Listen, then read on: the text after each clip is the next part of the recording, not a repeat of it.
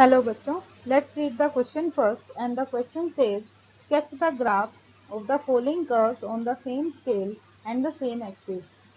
Y is equal to cos 2x and y is equal to cos 2x minus pi by 4. तो सबसे पहले इसका की concept लिखते हैं। इसका की कॉन्सेप्ट क्या होगा, हमें सबसे पहले इनका पीरियड पता होना चाहिए। तो आपको पता है y is equal to cos 2x and y is equal to cos 2x minus pi by 4, ये दोनों ही आपके पेरियोडिक फंक्शन है। तो these both are periodic function और इनका जो पीरियड है वो हमारे पास कितना है, विद पीरियड पाई। तो दोनों का जो पीरियड है वो आपके पास पाई होगा। तो अब हम इसके लिए टेबल ड्रॉ करेंगे, आपको सेम एक्सिस पे इनका ग्राफ ड्रॉ करके दिखाना है। तो अब हम इसका सॉल्यूशन करते हैं। तो हमारे पास क्या गिवन है कि ये दोनों पेरियोडिक फंक्शन है। एक आपके पास है y is equal to cos 2x और एक आपके पास है y is equal to cos 2x minus pi by 4। तो अब हम इसे ड्रॉ करते हैं। जो आपके पास y is equal to cos 2x है, पहले इसको ड्रॉ करते हैं। तो हमारे पास क्या बनेगा, ये तो सिंपल आपका बेसिक ग्राफ होगा, टेबल के थ्रू ही ये ड्रॉ किया जाएगा। तो हमारे पास बनेगा x और इस पे आपको y मिलेगा। x की 0 पुट करवाने पे आपको cos 0 की वैल्यू 1 होती है। उसके बाद पाई बाय 4 पुट करवाएंगे तो ये बन जाएगा 2 times pi by 4 pi by 2, pi by 2 पे इसकी वैल्यू 0 होती है। उसके बाद हम इसमें पुट करवाएंगे पाई बाय 2 तो ये बन जाएगा cos पाई की वैल्यू -1 होती है। एंड नेक्स्ट हमने लिया 3 पाई बाय 4, तो 3 पाई बाय 4 पुट करवाएंगे तो ये बन जाएगा cos 3 पाई बाय 2 और 3 पाई बाय 2 पे वैल्यू 0 होती है। उसके बाद हमने इसमें लिया पाई, तो cos 2 पाई की वैल्यू आपकी 1 हो जाती है। देन हम इसमें पुट करवाएंगे 5 पाई बाय 4, तो ये बन जाएगा cos 2 टाइम्स 5 पाई बाय 4 मतलब cos 5 पाई बाय 2, तो उससे आपकी वैल्यू अगेन 0 हो जाती है। तो इस तरह से आपको इसकी टेबल ड्रॉ करनी है।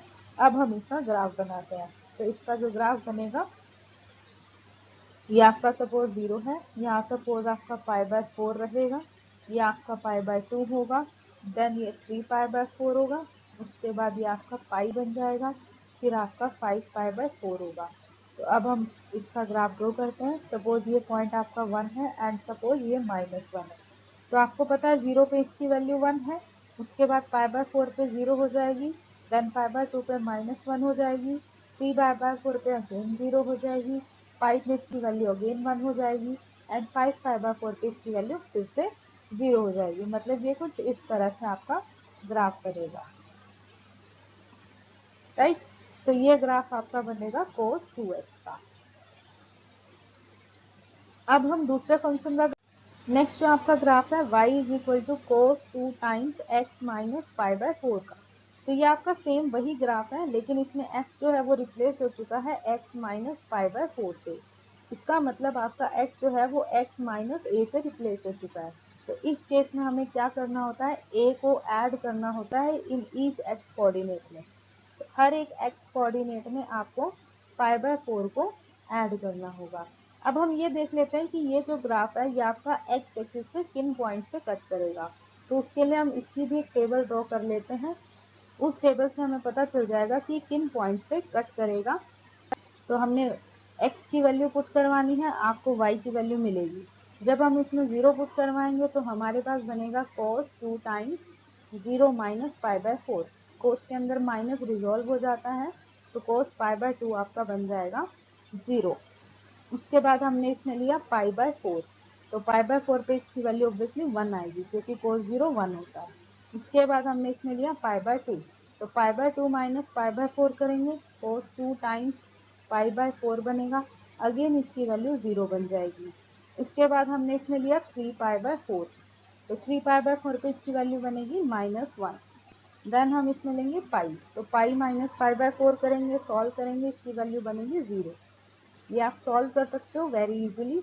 उसके बाद हम इसमें पुट करेंगे 5 पाई बाय 4, तो 5 पाई बाय 4 पे इसकी वैल्यू 1 आएगी। देन 3 पाई बाय 2 पे इसकी वैल्यू अगेन 0 बन जाएगी।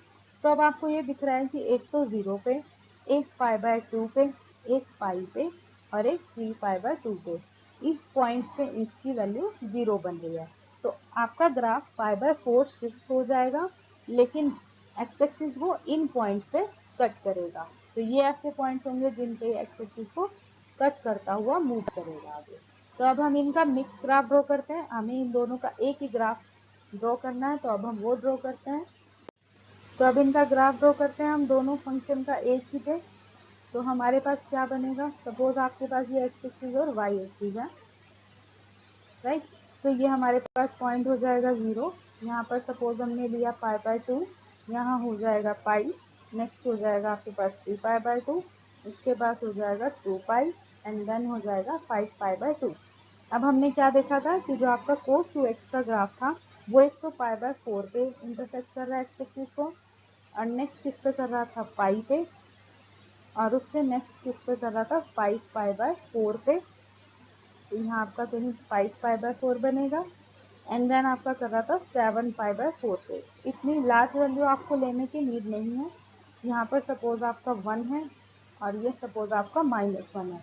तो आपका ग्राफ 1 से स्टार्ट हुआ था, π/2 पे इसकी वैल्यू आ रही थी -1, मतलब ये डाउनवर्ड डायरेक्शन में जाएगा।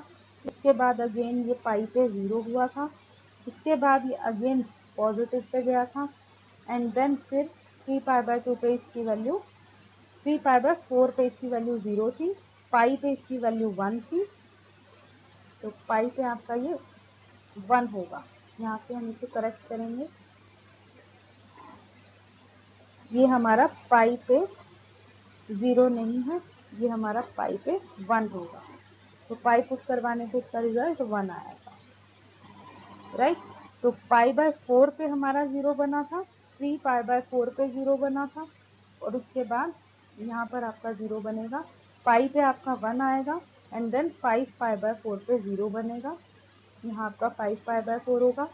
उसके बाद नेक्स्ट हम लेंगे 3π/2 पे इसकी वैल्यू -1 थी एंड देन 7π/4 पे इसकी वैल्यू 0 थी, मतलब यहाँ इसकी वैल्यू 0 हो जाएगी। तो ये कुछ इस तरह से आपका ग्राफ ड्रॉ हुआ था। ये आप हमारा ग्राफ था।